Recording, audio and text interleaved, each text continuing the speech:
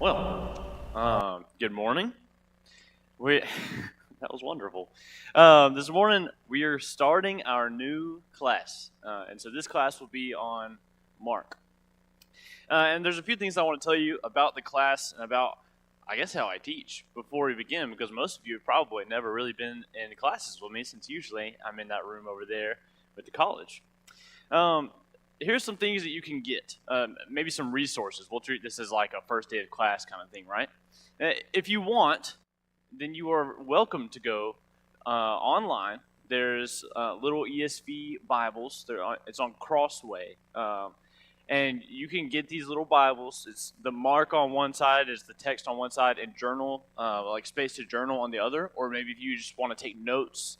But I know that when I make a PowerPoint after this class, I tend to put the text on one side, and I just jot all my notes on the other side.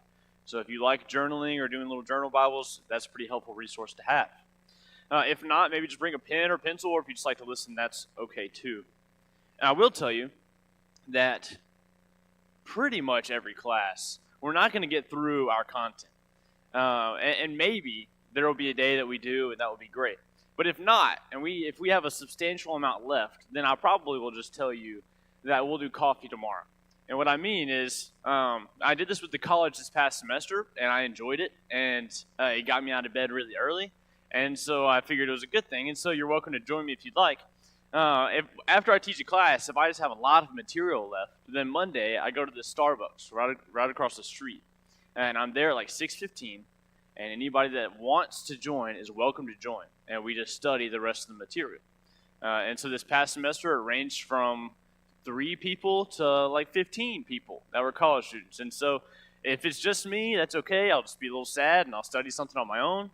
But if you want to continue studying and finish the class with me, then I will be there at 6:15. And I will let you know. It will not be tomorrow. I'll be at camp. But so you can go tomorrow if you'd like, but I won't be there. But I'll let you know. If we run out of stuff and I say, all right, we'll have coffee tomorrow, then you know what I mean. I'll remind you of all these things. But to give you the heads up ahead of time. Okay. Well, the title of the class is Who is Mark's Jesus?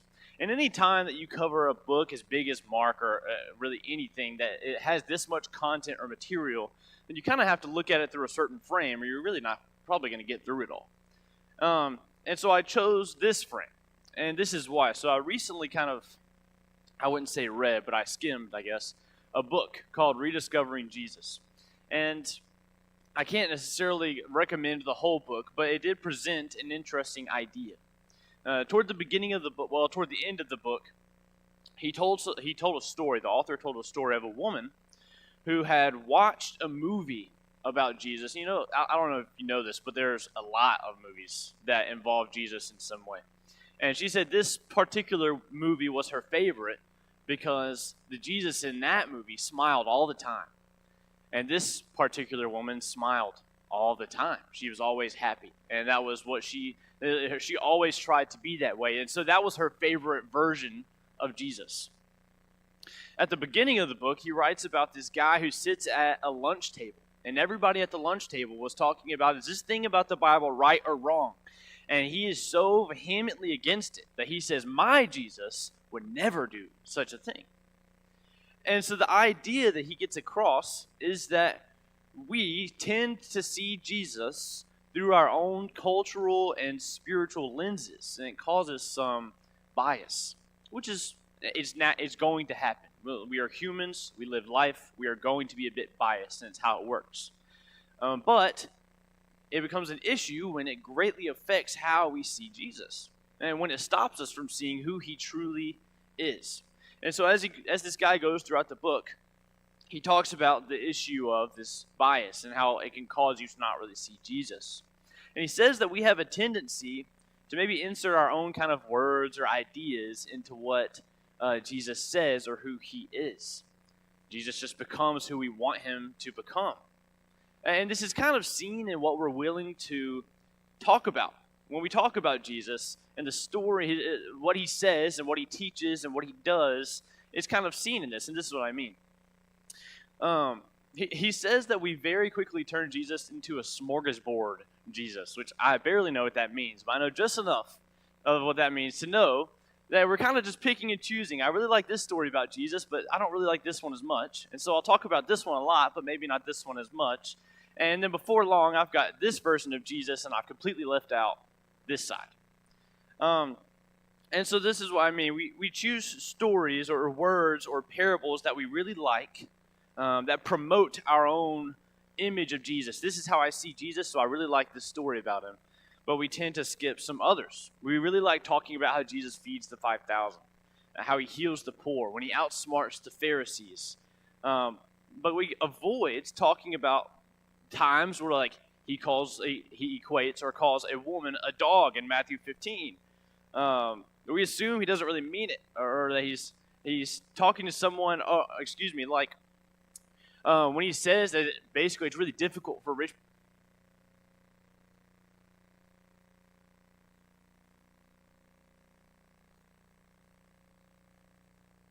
I guess the idea that I'm saying is anytime Jesus says something difficult, we tend to kind of want to maybe avoid it. Like, this doesn't really make sense with the Jesus that I know, right? And so the danger of this kind of perception is that we end up reflecting on Jesus rather than Jesus reflecting on us. The goal is to know who Jesus is and then to look like him.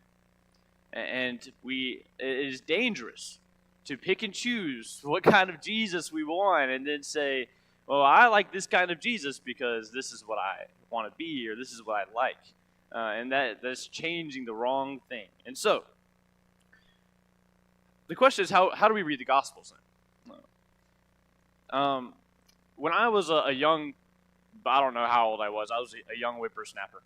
And my uncle had passed away. And so we went to Texas for his funeral. And I really don't remember a lot. I remember it was huge. And maybe it was because I was like knee high. But it seemed like there was a ton of people. And I remember that there were a lot of people that got up to speak. And some of them told really funny stories. He's a funny guy. And so some of them were really goofy and funny. Some of them were very serious and talked about the work that he did in the church and all the great things that he did. It seemed like there were multiple versions of him because they each gave different perspectives. But because of this, I ended up understanding him better because I understand how different people who had different relationships with my uncle saw him. And we'll talk more about this later, but it's important to remember that each of the gospel accounts are separate biographies of Jesus. One gospel writer might have used another writer's another writer's letter for maybe like reference or structure or something like that, but ultimately they're each different and they're unique in some way. And so if we constantly combine all of them, if we always say Matthew, Mark, Luke, and John all say this in this story and we combine all of it, well, that's great, we get a picture, but we end up losing what is unique about each gospel. If we don't look at, well, Mark just says this and why? Well, Luke just says this about this account. Why does he only include this? What's his purpose? And if we're not able to do that, then we don't get a full picture. We end up just combining everything and not really seeing what is the intent behind the writer. And so what I'm trying to do with this class, my goal is I just want to stay in Mark as much as I can. Maybe I'll venture out here and there. But my goal is to just stay in Mark. And maybe Mark won't include details that Matthew or Luke or John will. But even though he often gives many more details, or maybe a little different details than others don't. But my goal is just to stay in Mark, because I want to know, and this is what I want to study with you, is why does Mark say this about Jesus? Who is the Jesus that Mark is trying to portray? And why is this maybe different than the rest? What is Mark's intent? And if you can study each of the Gospels in this way, what is John's intent and what is Matthew's intent? Then you really get the full picture of who Jesus is. So we're going to do that with Mark in this class. Here's the class goals. 1, we're going to try to determine who is Mark's Jesus. And like I just talked about, what did Mark want us to know about Jesus and why? Mark is its own gospel account. It portrays Jesus in a distinctly different way than the rest of the accounts. Mark makes intentional decisions to portray Jesus like he does. And they're lost if we try to always conflate them with the rest of them. So our goal is, one, we want to determine who is Mark's Jesus. Who is the Jesus that Mark is portraying?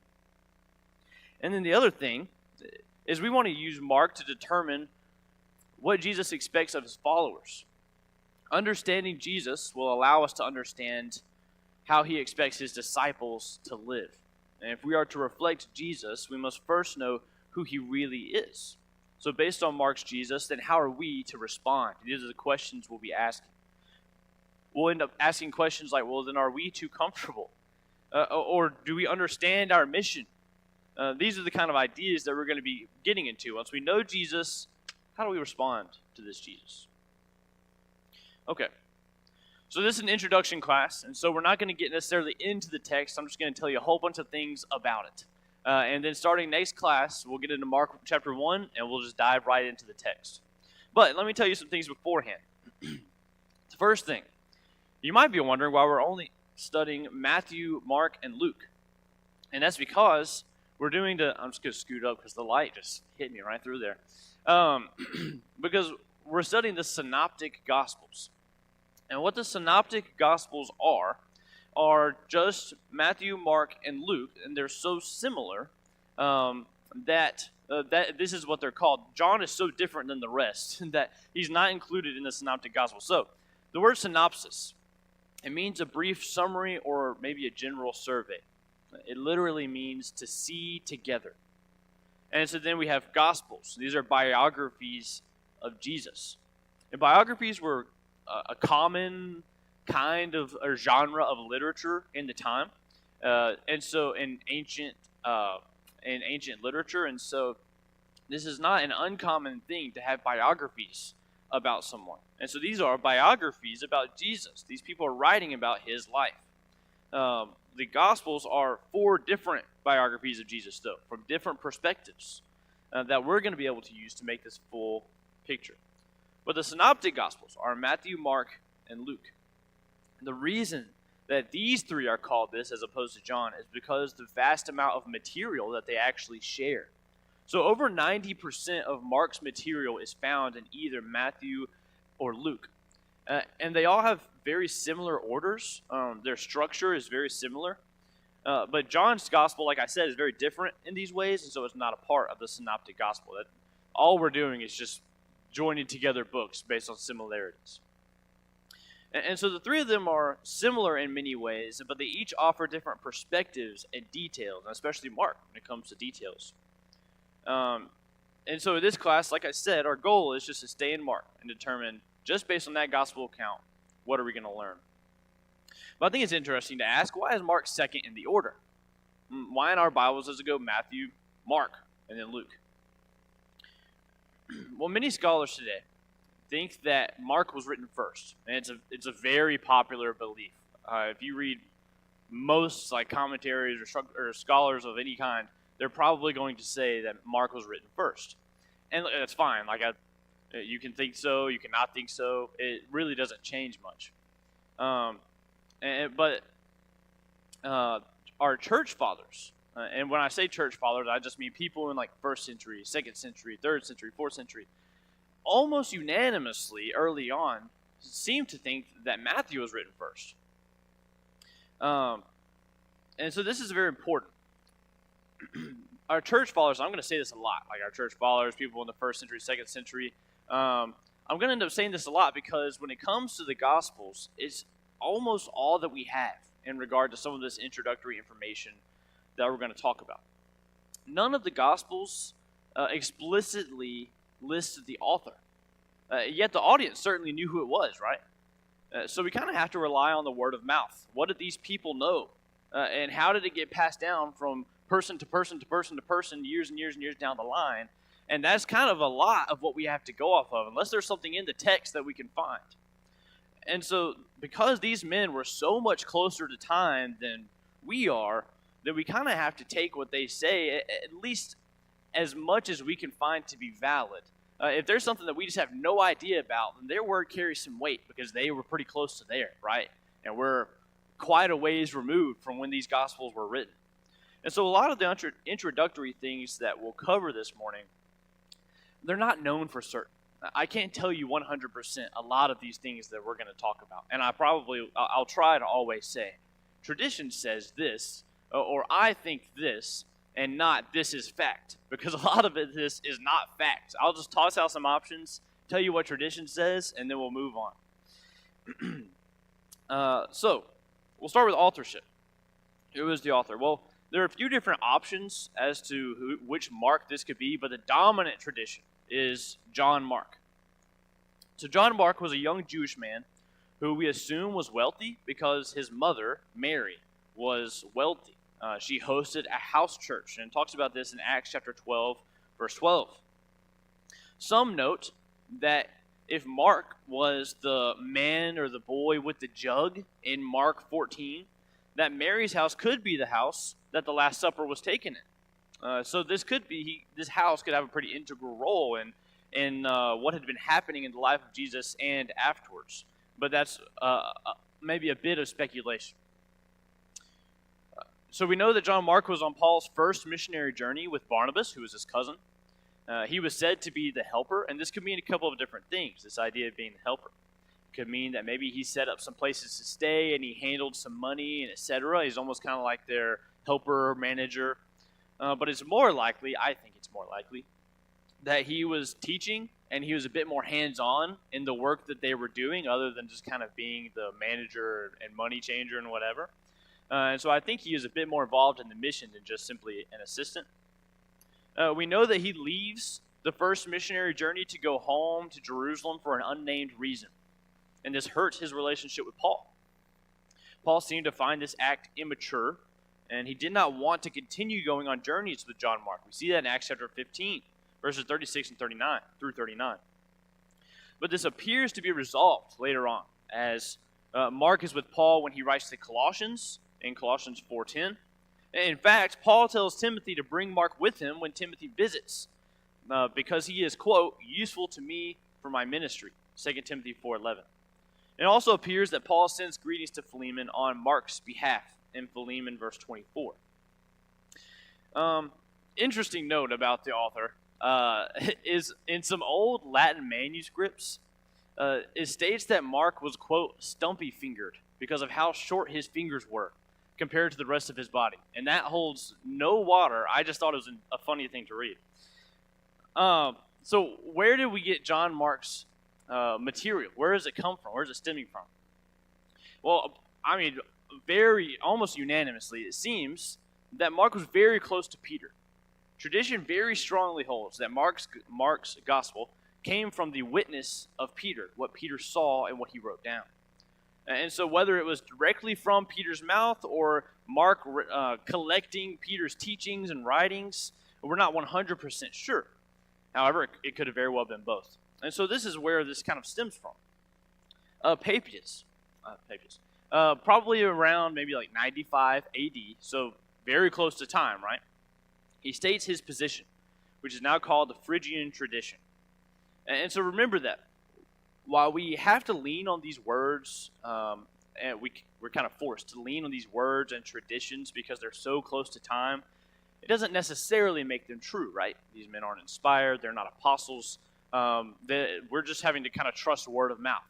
And so we can read it, and we can see what they say, and we can take what we want, but some things we don't necessarily have to agree with. And in the Phrygian tradition, I think there's at least one of those things. So, in Phrygian tradition, he says that, and this is what Papias says very early on. He says, Mark interpreted Peter, and he did it accurately. And so we at least have that. He says that Peter was Mark's main access to the recollections of Jesus. And so a lot of what Mark wrote down maybe came from Peter and his witness. He did say, however, that Mark didn't record the tradition in order. I don't really know how Papias comes to this conclusion. I think it seems that maybe the writing just wasn't good enough for his standards, and so he says, well, maybe this just wasn't in order.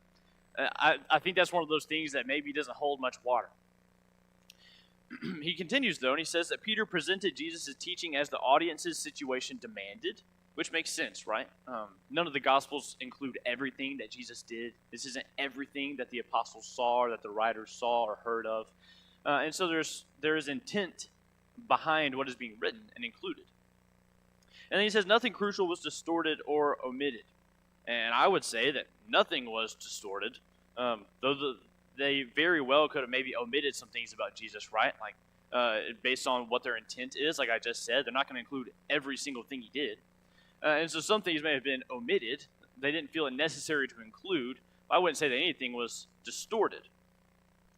And we'll see what I mean. You know that Peter was there for a lot of Jesus' sermons, and yet almost no sermons. There are very little words, especially compared to the rest of the Gospels. There are very little words of Jesus that are actually included in Mark, and there's a reason behind that. We'll get there in a second. And so multiple key people in church history affirm the Phrygian tradition in some way, even if it's just that Mark interpreted or wrote for Peter. And so on this here is a list of people. And Irenaeus, this one's interesting. He was close to Polycarp, and Polycarp was like directly acquainted with the Apostle John. This is all recorded by Eusebius a bit later. And so he is very close to Peter and to Mark. They're all very close together.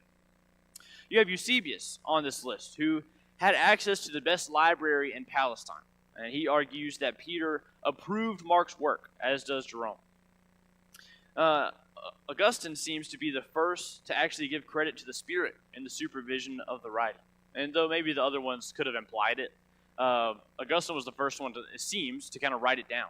And of course, we're looking back here, we know that the Spirit guided all of this to happen. Right? We know that the Spirit is approving of what is being written. He is making sure that Mark is getting accurate information. And however that is working, we know that the Spirit is involved, and that the Mark that we have is true, and that is genuine. And so because of this, we can know as we read these things that the Spirit is working in this whole situation. But if we want to know maybe some of the finer details of how did Mark find it, well, we kind of go through tradition and reread these things. Okay, let's talk about date. And apparently, I could spend like the whole class on date, but that would bore you and me. And so instead, I'll just very quickly talk about some things about the date. Gospel accounts weren't written until well after Jesus' death. I thought this was interesting, because I guess in my mind, I just always assumed these people had just immediately written it down. But I don't really think that is the case. And so you had to ask why. Like, what took them so long? Because we have letters from Paul about 18 years after Jesus. And James was roughly about 15 years after Jesus. So why did the gospel accounts take like 20 to 50 years after Jesus to be written?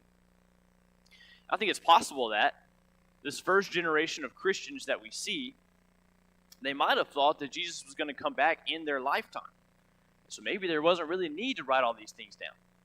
And then when they start seeing Paul and Peter die, and they see these faithful men and these apostles dying, maybe this was their time of, well, maybe we need to write this down. And they start writing down, this is what Jesus did, and this is what Jesus said, and they're saving these words for those to come. But maybe, this is my thoughts here, maybe that's why it took so long. We see that James was martyred in AD 44, according to tradition. And Peter and Paul were dead by AD 65. So I think it's likely, it's possible, that Christians realized we need to write down these eyewitness accounts. So, regarding the date of Mark, nobody's really certain. I think you can read like a 40 or 50 year frame of time where scholars will say either here or somewhere in between. And they all have their own evidence, right? And so there are guesses from like the 40s to like the 90s. Our earliest tradition seems to date Mark after Peter's death. It could have been right before, and there are people that say that as well. And so my guess is probably between 55 and 65, which is like a 10-year span. And so I left it wide. That way I can maybe be more likely to be right there. It's pretty broad. But probably between 55 and 65. Location. Where was it written? Well, I think there are three main options, but the one that is most heavily supported, is most tradition stands most strongly next to this, is Rome. So there's some external evidence, like Irenaeus and Clement of Alexandria, but we also know that Mark was with Peter in Rome. We see that in 1 Peter 5:13. and that Peter ended up dying in Rome. And so it just appears to make the most sense that that's probably where he was when he wrote the book. Audience. Who is Mark writing to? Evidence seems to point to Rome. And so there's some internal evidence here. One is we have Aramaic terms that are translated into Greek. I mean, Jews would probably understand these Aramaic terms, but instead they're translated into Greek. And so maybe he's writing to some Jews who know Greek. That's certainly possible. Jews could speak Greek. Some of them could, right? Especially maybe in Rome. But he's writing to people, it doesn't seem that he's writing to people who are Jews. And so one of the things we can look at is these words that he translates. Another thing is that he explains some Jewish customs. I have these examples on the screen. But he explains about certain things that Jesus does in his ministry or that happens to the apostles or whatever that are Jewish customs, and he kind of has to explain them. Like, oh, hey, by the way, this is a custom. They do it on this day at this time or whatever. And so if you're a Jew, you would know this, right? Like you'd read it and just assume, oh, yeah, I know what this is. And so we assume that these are not people who are Jews, or at least who are very accustomed to Jewish law. Also, he uses some Latin terms. He uses words like denarius and praetorium and flagellum and centurion, and words that are kind of distinctly, that are Latin and that are Roman. And so because of this, it's kind of maybe assumed, based on just what we have in the text, that he could be writing to Rome, and it just seems like the most likely option.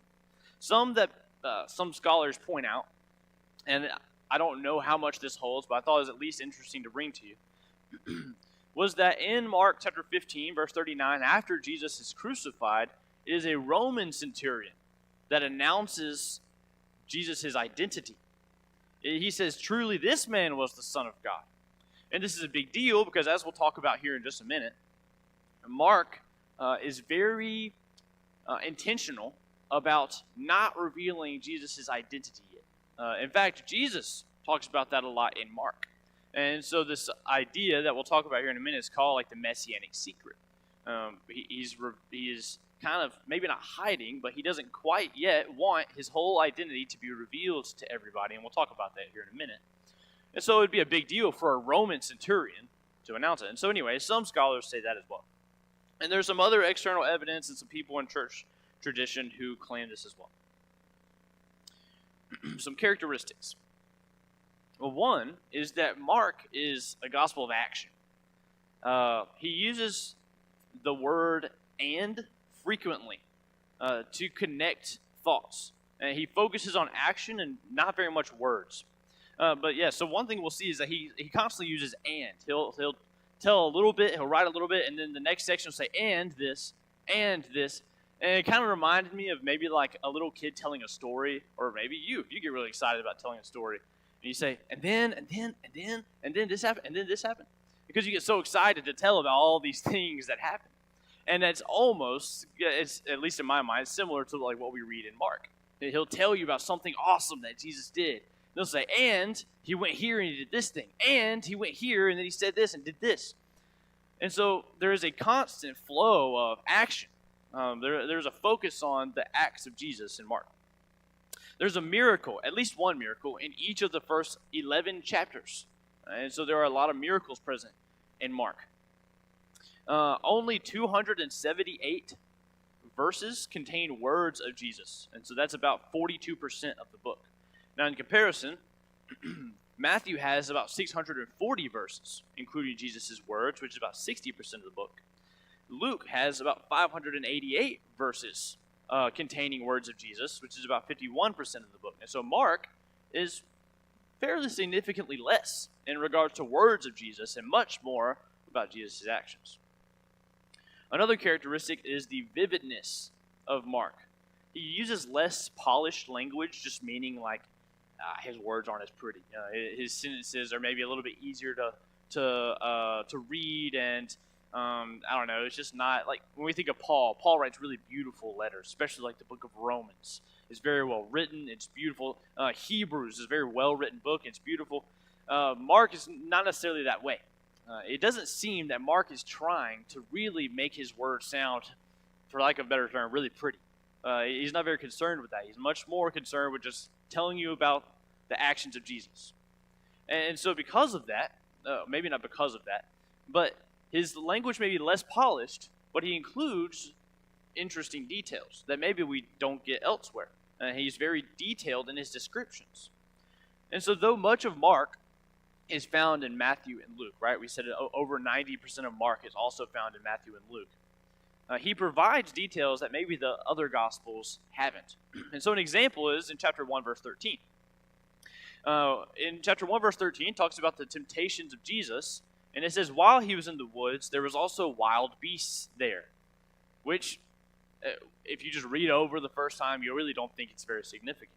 But it's a detail that is not included in Matthew or Luke, that while Jesus was in the wilderness, he was also being protected from wild beasts. It's just interesting. And so Mark includes a lot of these little details like that. The third thing is chiasms. He uses a bunch of them. And so what this is, a chiasm, is a sequence of elements in literature, which are then repeated and developed in reverse order. And so I'll show you an example of this in a second, and so we won't talk about it a lot. And so we'll see an example later in class, but the purpose of a chiasm is to emphasize one main thought that is found in the center of the chiasm. And so it kind of like builds up. Like this happened, this happened, this happened. Here's my main point. And then this happened, this happened, this happened, this happened, and they all kind of parallel. This is getting confusing. I'll just show you in a second when I put it up on the screen. But the idea is it wants to emphasize what is in the middle. The main thought is what's found in the center, and it doesn't have a parallel. So I'll show you in a minute. But the reason that this is at least important to point out is, one, because Mark does it often, but also, if we can point out this where he does this in this structure, then it allows us to understand Mark's thought process more accurately. This is what Mark found to be the most important part of this section. So, we'll talk about that in just a minute. Old Testament usage.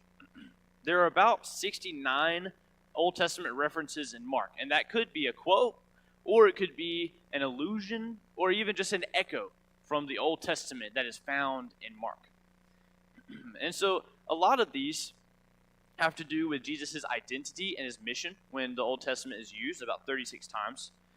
But it could also be regarding points of law, it could regard threats of judgment, or even warnings concerning discipleship. So most of the Old Testament references were used to show Jesus' authority as the Son of Man, his saving function for the remnant, that Jesus will save those who are faithful to him. And even what the Old Testament says about the end times. A lot of the Old Testament references that we have here is going to be used for these reasons. So I feel like the natural question here is, well, Nate, we just said that he is writing to Christians in Rome who were Gentiles, most likely. And so if they're not Jews, and maybe they're not as aware of the Old Testament, then why would Mark use the Old Testament at all? Why would he use it very much? And so I think especially in Rome, Gentiles would not be incompetent of Israel's scriptures. They would not be just ignorant of the Old Testament. Some could have heard it in the synagogues. That was actually a common thing. It would have not been foreign for them to be in the synagogues and to hear that, maybe even learn to read that way. We see in Acts chapter 18, verse 24, that some Gentiles were well trained in the scriptures. In Acts chapter 17, verse 11, we see that some were even willing to search the scriptures to make sure that what they were saying was true. And so it wouldn't even be ridiculous to think that some of these people had a better understanding or knowledge of the scriptures than modern Old Testament scholars. They very well, some of them, could know the Old Testament very well. And so for Mark to bring this up and for Mark to reference the Old Testament is not just going to land flat to an audience that doesn't understand it all. At least some of them will understand. So, theological themes. Well, the first one, and it's an important one that we'll talk about often, is the kingdom of God. This kingdom was proclaimed by John, and it was also proclaimed by Jesus in sermons and admonitions and in parables. We see that John prepares people to enter the kingdom of heaven through a baptism of repentance in chapter 1, verse 7. And that this is prophesied about in Malachi chapter 3, verse 1. We see that Mark's emphasis on Jesus' action even validates the kingdom's message. It shows his authority over nature and demons and death and sickness. This kingdom is superior to all, and its superiority is seen in Jesus' power. The king, it has authority over all things on the earth, and so the kingdom does as well. It's greater. We see that it's hidden to outsiders. It's kind of mentioned in parables, right? The parables kind of demonstrate the hiddenness of the gospel of the kingdom. It also has a present and a future aspect. The kingdom of heaven is just where God reigns. He reigns presently in his church, those who are in the kingdom, but he also reigns in heaven. That's where we're all trying to go. And so there's an element of being in the kingdom that is present. I am a kingdom resident now, and future. I want to go to the kingdom of heaven one day. And so Mark's going to emphasize all of these things when he writes about the kingdom of God. The next thing is, like I mentioned earlier, the messianic secret. So the Gospel of Mark refers to Jesus as Messiah 7 times. And yet we see that Jesus doesn't want his messiahship unveiled. We see it multiple times actually through Mark. He kind of desires secrecy. And so the question is why? Why would Jesus want his messiahship, who he is, to maybe be a bit veiled or a bit hidden? In my opinion, is that Jews would have seen Christ and their Christological expectations, what they would imagine Christ to be, the man that they've heard of for years and years, to be so focused, their expectations would be so focused on someone who was a political leader, a warrior king, a savior politically, that would save them from Roman reign, that they really wouldn't grasp Jesus' need to suffer and serve and die. In fact, one person writes, in Mark's view, no one could understand the true meaning of Jesus and his work until Jesus had actually completed it by his death as a ransom for others. Chapter 10, verse 45. And so this idea is kind of seen throughout all of it, that it seems like nobody really understands, even those who are closest to him don't really understand who Jesus is until chapter 15, verse 39, when the Roman centurion sees Jesus crucified and says, truly this man was the Son of God. This must be who it is. So, I told you we were going to go back to a chiasm. So, many believe that Mark's entire gospel account is a chiasm that magnifies this idea of the messianic secret. It kind of hones in on it. And so while there are multiple little chiasms through Mark, this is the whole book. It appears to be the whole one. And so the main point that we find, I don't have like a laser pointer or a clicker or anything, so this gets a little bit harder. But the main point that we see here is K, right there in the middle. And it says, this is my son. This is God speaking. He says, this is my son. Listen to him. Jesus' identity is revealed.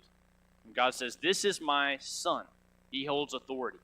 And so before that and after that, we kind of have similar things.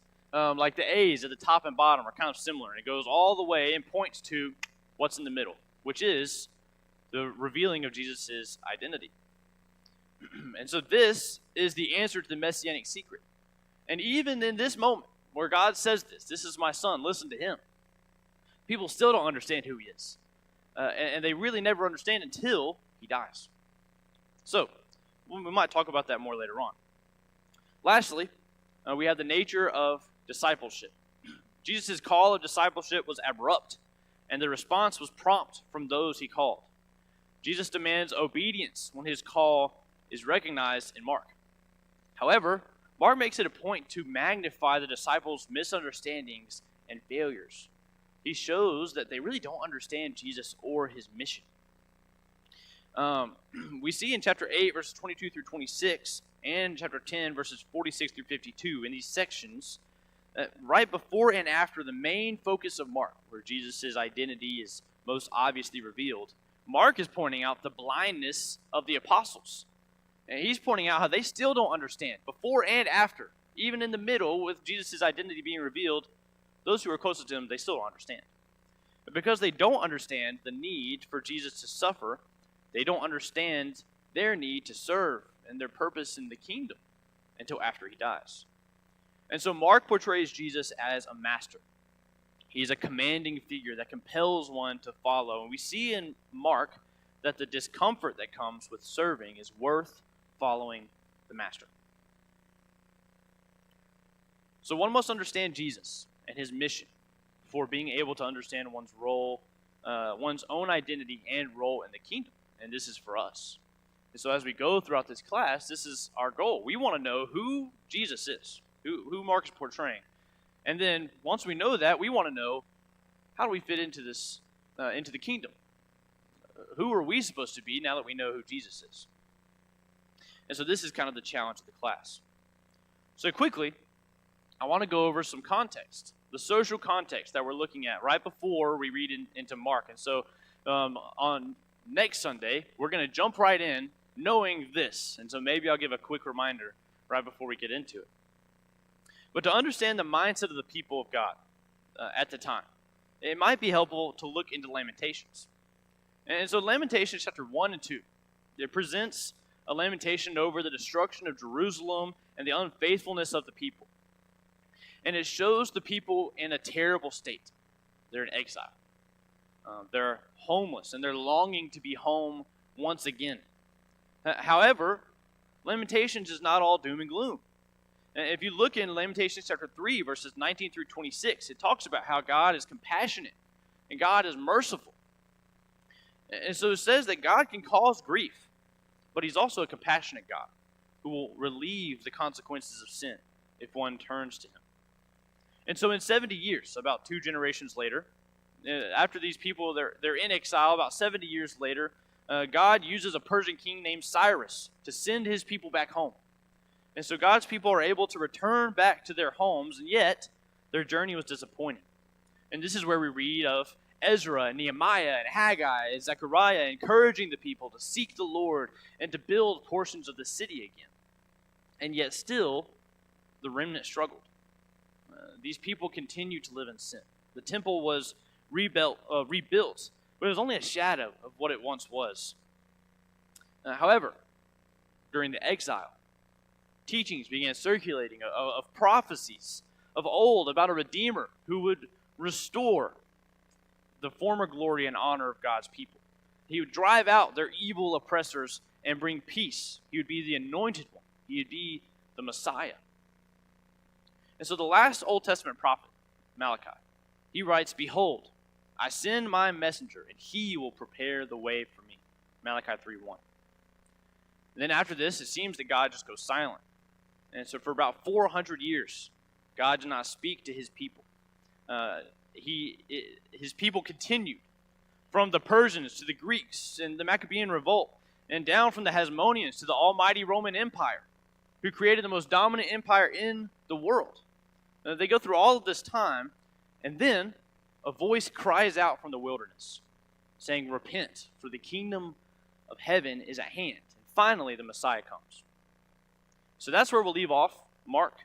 And so next week, we'll jump into Mark chapter 1. And so don't forget to read Mark. I would say, if you really want to learn Mark, you can read it once a week. It's going to take you about, I think, 12 or 13 minutes a day is what I calculated. And you can read Mark once a week throughout this. And by the end of it, man, you will be a pro at learning Mark. And so you take that with what you will. You can maybe do it once every couple weeks, whatever you would like. But if you really want to learn it with me, then you can read it once a week and really grasp it. Anyways, I'll let you go. That's the bell, so we'll get ready for worship.